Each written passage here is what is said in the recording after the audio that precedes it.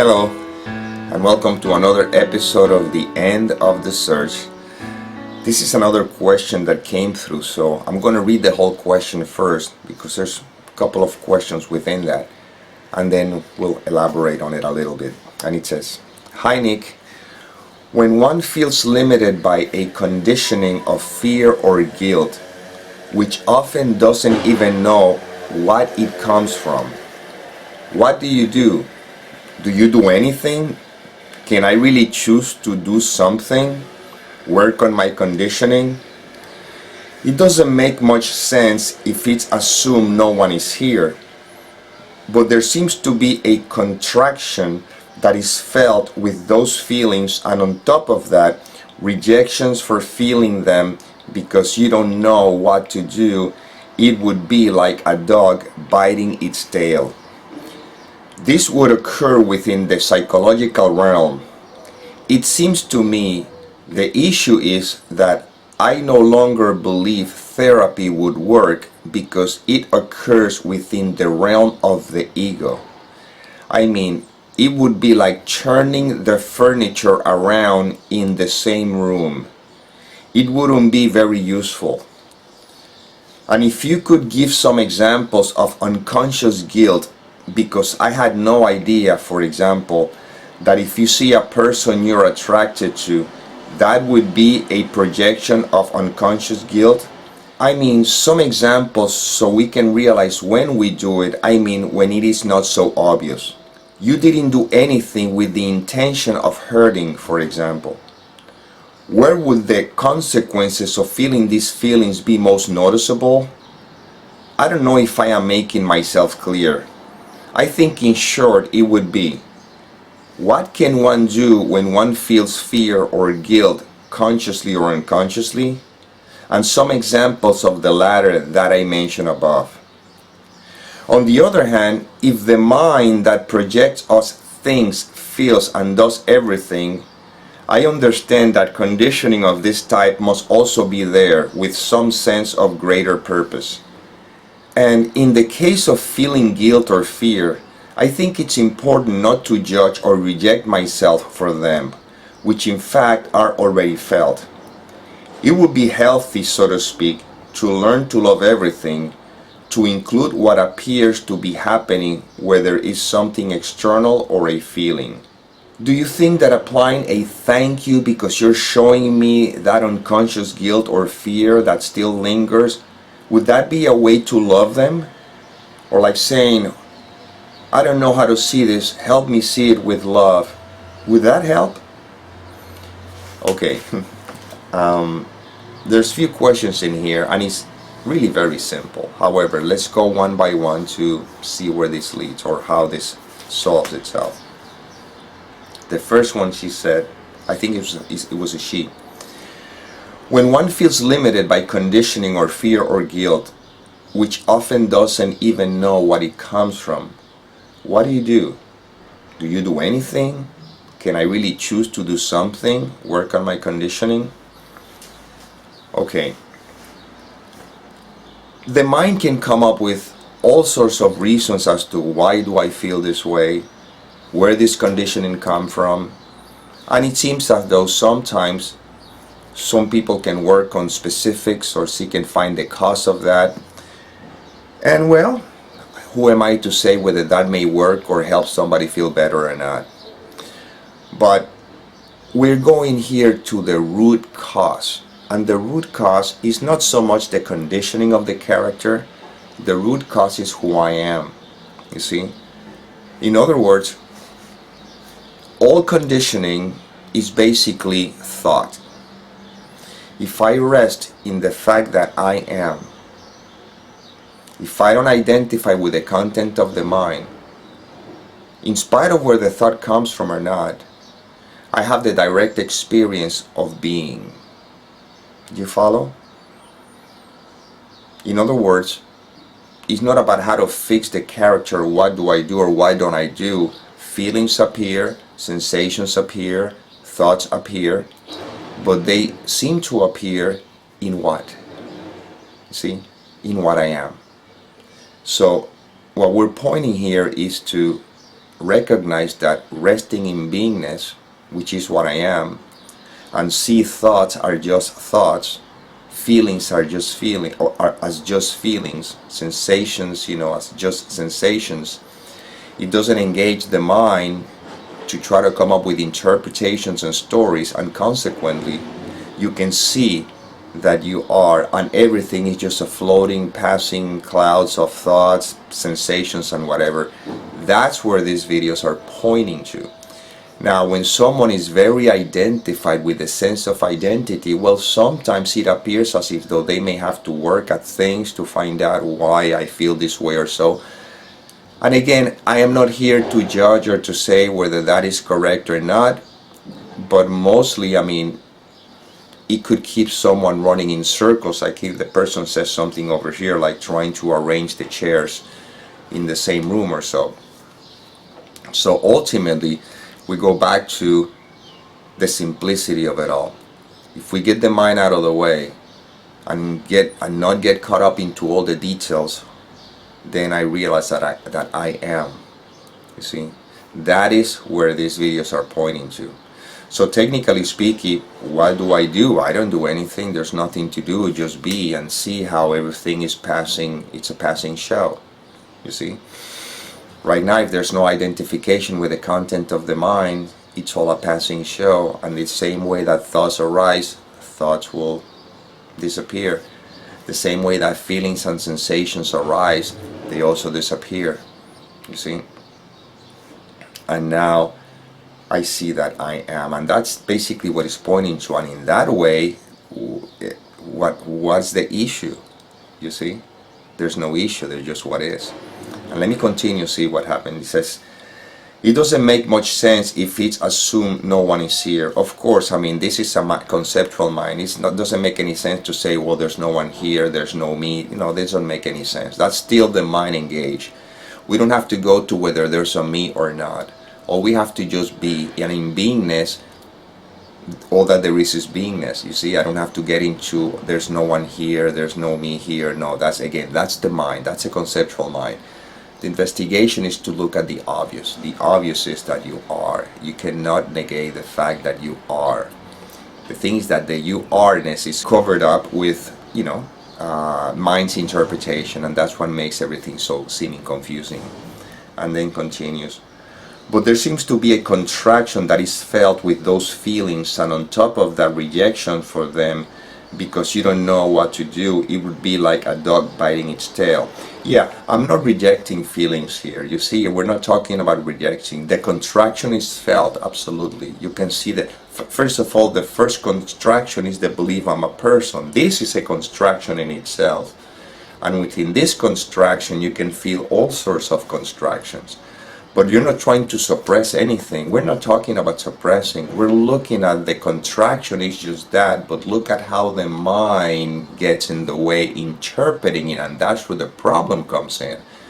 If you just see the contraction as a contraction, then it's just a contraction, and in due time it will decontract itself. I don't know if that word exists, so see, it's very simple.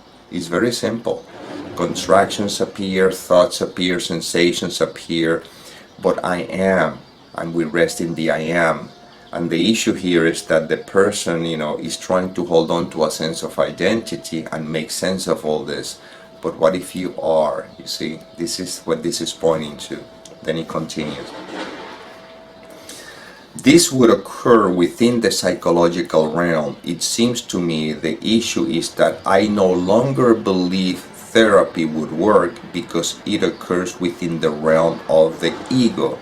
I mean, it would be like turning the furniture around in the same room. It wouldn't be very useful. Again, let me make sure something here. Absolutely, I agree. Therapy works on the mind, works on the psyche. Not therapy, but psychological, for example. And it's like, fixing the chairs in a sinking boat. Somebody what says that to a certain extent, basically what psychological does is that it rearranges the furniture in the prison. But what truth does is that it gets you out of the prison. and the prison is the mind. See, the mind is the one making up all the stories and everything. That's where the prison is, you know. But if you don't believe the thoughts, you're free. You see, there's no prison in there. So I'm not judging psychology whether it's good or bad. I'm saying again, depends where the person is. Every step is helpful. Like I made a video, I don't recall, I think it's called the different stages of healing or so. Anyway, what I will do is I'll put the link on the description so you can see that we acknowledge that when we are identified, strongly identified with a sense of identity, we're not ready to jump into letting go of all the thinking process. And to some people, it may appear that some steps are necessary before they open themselves up to it. That's why it's like the seeker. I cannot blame anybody for seeking. However, I do understand that there's certain levels of seeking. At the beginning, we have to go through whatever until we're ready to finally open up. Now, some people can open up immediately. So if you go to these videos are directly taking you to the cause. We're not going to go around in all these different other steps. But if somebody's very shut down and is not really ready for that, well, then that's fine. I mean, who am I to say that psychological help cannot be of help? To some people it has. And again, all I'm pointing to is that we're going direct to the cause, to the source. And the source is look at how the mind interprets and everything. And if you see that, then it's obviously that I'm always suffering because I'm believing the content of the mind. There's no other reason why you could suffer. If you didn't believe your thoughts, you would not suffer. There would be no problem. There would be no issue. There only would be what is, and we're pointing to what is. So the person continued. And if you could give some examples of unconscious guilt, because I had no idea, for example, that if you see a person you're attracted to, that would be a projection of unconscious guilt. Okay, let me talk about unconscious guilt for a moment. Unconscious guilt, basically it's used or applied to mostly what is A Course in Miracles. Although the Course in Miracles does not use the concept unconscious guilt necessarily, but that is what the person is referring to. Therefore, I'm going to address it from the Course in Miracles perspective, according to my understanding, my interpretation, and you could say my experience of what it points to. And again, don't worry about it. We'll continue on with the question. And if you have no idea what A Course in Miracles is and have no interest in it, this is not going to affect at all what we're pointing to here. However, I'm going to address it. Okay? In A Course in Miracles, well, the way the story is set up is that God is all that there is, and that's it. But the moment the thought of separation seemed to appear in, that's what it refers to as the Son, okay? Well, that thought of separation is the belief that I have separated myself from my Father, from my source. It's like the story of the prodigal son. The prodigal son tells his father, give me my inheritance, I want to make my own world. And then when he creates his own world, well, he feels guilty for having left the Father. So the bottom line is that unconscious guilt is what we feel for feeling that we're separate, when we separate ourselves from the source. So it's unconscious because what we do is that I don't want to take responsibility for the fact that I choose to separate myself from the Father, and I need someone to blame for my misery because I'm feeling miserable by feeling separate. So what I do is I project my misery onto everybody else, onto the world, so that I feel that the world is the cause of my misery. So hopefully God will feel some kind of a mercy for me and allows me to come back home. So that's the unconscious guilt, so to speak. I feel guilty for having separate from the source, and now I'm trying to project it onto anything else. Okay? So the fact that I am here in this world as a body, it's a sign of the unconscious guilt, you see. And then the person goes that if you see a person you're attracted to, that will be a projection of unconscious guilt. No, let's not get confused here. Feeling the attraction or something to other people is basically trying to complete myself through all the different projections. So whether I desire this or I desire that, all of that is because I believe that I'm a separate entity, and now I feel that any of those things can complete me somehow. If I have more money, I feel secure. If I have a relationship, I would feel love. If I had whatever I have, I would feel complete, you see. But all of that is within the realm of the seeming separation, you know. And once again, the unconscious guilt has to be more with looking at me feeling separate, and I'm trying to project that onto something else to make that the cause of what I feel. You are the cause of my love. You are the cause of my security. And also you are the cause of my misery, you see. So we don't have to get caught up into those details, because in the end, that is not going to help us at all. Let's just focus on what matters. And what matters is that if you don't identify with the content of the mind, even with those concepts and everything, if you don't believe your thoughts, you experience the freedom, the happiness, the peace that you are. And that's what these videos are pointing to. That's why I don't get too caught up into details, I say. But anyway, the person continues. I mean, some examples so we can realize when we do it. Again, let's not get caught up into that. It's very simple. You believe you're a body. That's it. You believe you're a separate entity. And now you look at all the desires of trying to pursue things. So everything here, it's derived from that sense of separate, from that believing that I'm separate, that's again the unconscious guilt. It continues. You didn't do anything with the intention of hurting, for example. Where would the consequences of feeling these feelings be most noticeable? I don't know if I am making myself clear. Again, let's not get so caught up. This is the mind trying to, nitpick and everything, and trying to see, look at the details and everything. It's just much more simple. All that there is what is, because all of that refers to the person, to the individual, you see. And it continues. In short, what I would be is, what can one do when one feels a fear or guilt, consciously or unconsciously? First of all, there's no one here, you see. There's no one here feeling anything. However, within the context of the questions, do nothing. I need do nothing. I mean, using the Course in Miracles language, I need do nothing. What I mean by that is that I just have to look. Nothing means anything. But again, the person is looking at it from the human perspective, from the individual perspective, trying to fix something. And this is when it gets interesting. But in the end, there's nothing to do, just be. See, this is where this is all pointing to, but the mind cannot accept this. No, I need to do something because I want to feel different. I want to feel that I know something, or that I'm fixed, or that I will no longer have feelings of discomfort or something. No, it's not about that. You see, it's about the fact that I am, resting in I am. And again, with the conceptual mind, it seems to be a difficult thing to crack.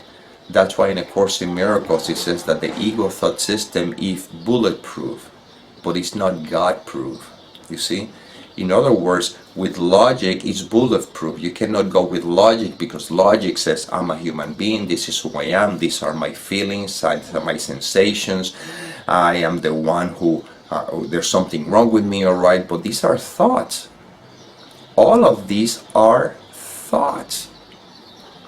The thought is the one that says I'm a human being. The thought is the one that says these are my feelings. The thought is the one that says I'm good or bad, ugly, pretty, tall, short, successful, failure, the world should be like this. These are all thoughts, you see. But all I can say is that we are. That's what we're pointing to. That's what we're resting in all the time. And then continue. And some examples of the latter that I mentioned above, again, I already covered that. What examples do you want? There's no examples to give. It's just that feelings appear, sensations appear, thoughts appear, and I need do nothing. Again, just citing A Course in Miracles, if you're willing to renounce to be the guardian of your thought system and offer it to me, I'll correct it very gently and lead you back to God. That is to say, if you're willing to know that you know nothing, absolutely, now you're surrendering your thought system, and the recognition that I am, it'll be reestablished. You don't have to do anything with the mind with that, you know. And then he continue on, says, and in the case of feeling guilt or fear, I think it's important not to judge or reject myself for them, which in fact are already felt. Yeah, but who's the one accepting or rejecting? You see? You're still talking from the perspective of a person. Okay, maybe the thoughts I should not judge myself. Absolutely, you shouldn't judge yourself, but the shouldn't or should is irrelevant. The thing is that the judgment is a thought. You see? If you don't judge anything, then acceptance is already established. Whatever comes, it comes. If it's a feeling, it's a feeling. If it's a sensation, it's a sensation. If it's a thought, it's a thought. But if I don't evaluate it, you know, then that is acceptance. And absolutely, yeah, you should not, it's important not to judge yourself or reject yourself. Yeah, absolutely. But the rejection and it's a thought. You see, the judgment and the rejection is a thought. It's very simple. It has nothing to do with you rejecting or accepting yourself. It's noticing that it's just a thought. Without that thought, there's no acceptance, and there's no rejection, and there's no judgment. There's just what is. See, this is what this is pointing to. And it says, it would be healthy, so to speak, to learn to love everything, to include what appears to be happening, whether something external or internal. Yeah, but how can you love something if you don't know what love is? You see, love is what happens automatically in the absence of judgment. I believe I made a video about it, and if I'm pretty sure about what love is or so. So I'm gonna look into it, and I will put the link on the description. But love is what is right now. If you don't identify with the content of the mind, you are in a state of love, which is not a state. You are in love. You know, you are love. If you don't make any judgment, even whether this feeling is right or wrong, or I should be or shouldn't be, or whatever the mind tries to sell you, if you don't believe in it, in the absence of judgment, meaning in the absence of fear, there's love. And if a contraction is experienced and the mind wants to label it fear or something, just don't label it anything. And if you are with it, you be with it, then you are in love. That's love. You see? So again, we're just going back to looking how the mind tries to get involved. It's very simple. It's just what is. So feelings, sensations, if you don't judge them, if you don't give them any meaning, if you just leave them as is, then that's love. Another quote from A Course in Miracles, you know, when your peace is disturbed in any way, shape, or form, just simply say this: I don't know the meaning of anything, including this. Therefore, I do not know how to respond to it, and I will not allow my past judgment. You see, past is judgment, past is thoughts. I will not allow my past to be the light that guide me now. And if you go to the lessons, nothing means anything. Everything means what every thought. It has the meaning that I give it to. I'm never upset for the reasons I think. You know, it's all pointing to the same thing. Is the mind trying to somehow make sense of any of this? You see. And then he continues. Do you think applying a thank you because you are or showing me that unconscious guilt or fear still lingers would be a way to love them? I don't know how to see this. Help me see this with love. Again, the problem with that is it's still the conceptual mind identified with the sense of identity saying those things as a manipulative way of trying to make lighter of the situation. You see, is there still a me saying thank you because this is showing me something within me? In some videos, I mean, in the Spanish, I've said them, and I might have said them in English too, I don't know, that I may say, if somebody's doing anything, I can realize thank you because it's giving me an opportunity to look at what is. Again, don't take it out of context. Maybe in those videos I might have said that because it applied to what I'm saying in this particular context. But in the end, who would be the one saying thank you? You see? I understand that the person is trying to point to maybe gratitude, that because this is allowing me to look at what is hidden in there, but you don't have to, I don't have to go there. All I know beyond the shadow of a doubt is that whatever I'm feeling, or whatever feelings come up, whatever sensations come up, whatever thoughts come up, whatever circumstances, if I don't project meaning onto it, that means if I don't identify with the thoughts that is trying to evaluate, then what's the problem? Because again, sometimes it's a way of coping with it. Okay, it's a subtle way of resignation, so to speak. You know, okay, well, this is happening. Well, thank you, because it's giving me the opportunity to look. I don't need to go there. All I know is that it's a feeling, and as tight as it could be, that's just what it is. It is what it is. You see, resting in what is. So everything eventually points to the same thing. If I don't identify with the content of the mind, if I don't identify with the feelings, then where's the problem?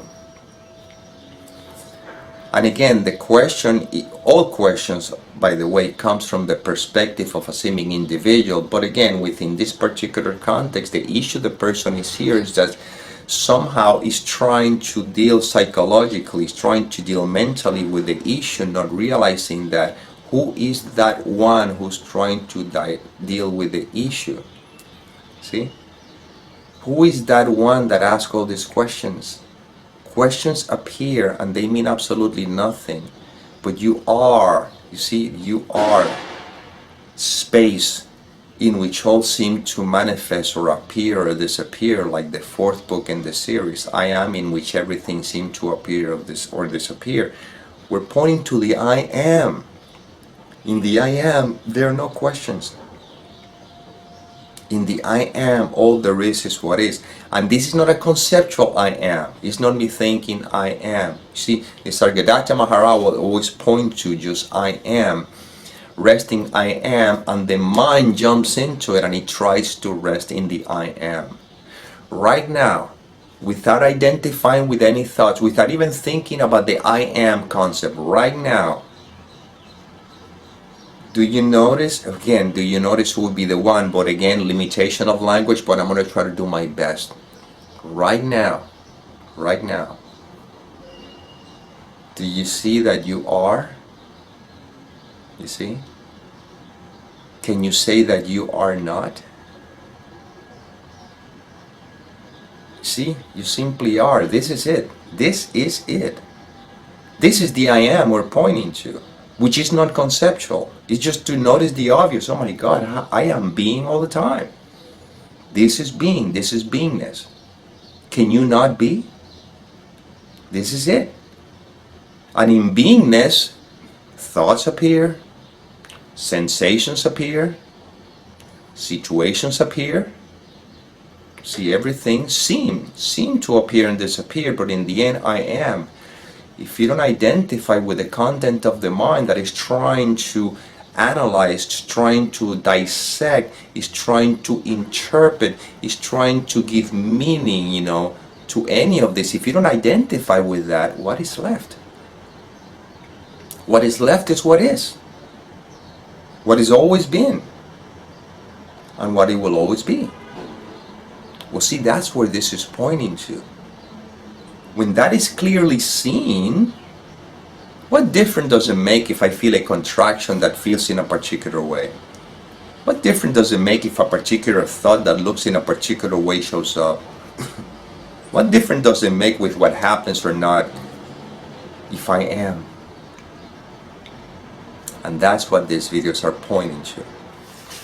And having said that, as always, may peace permeate the mind so that love can be extended.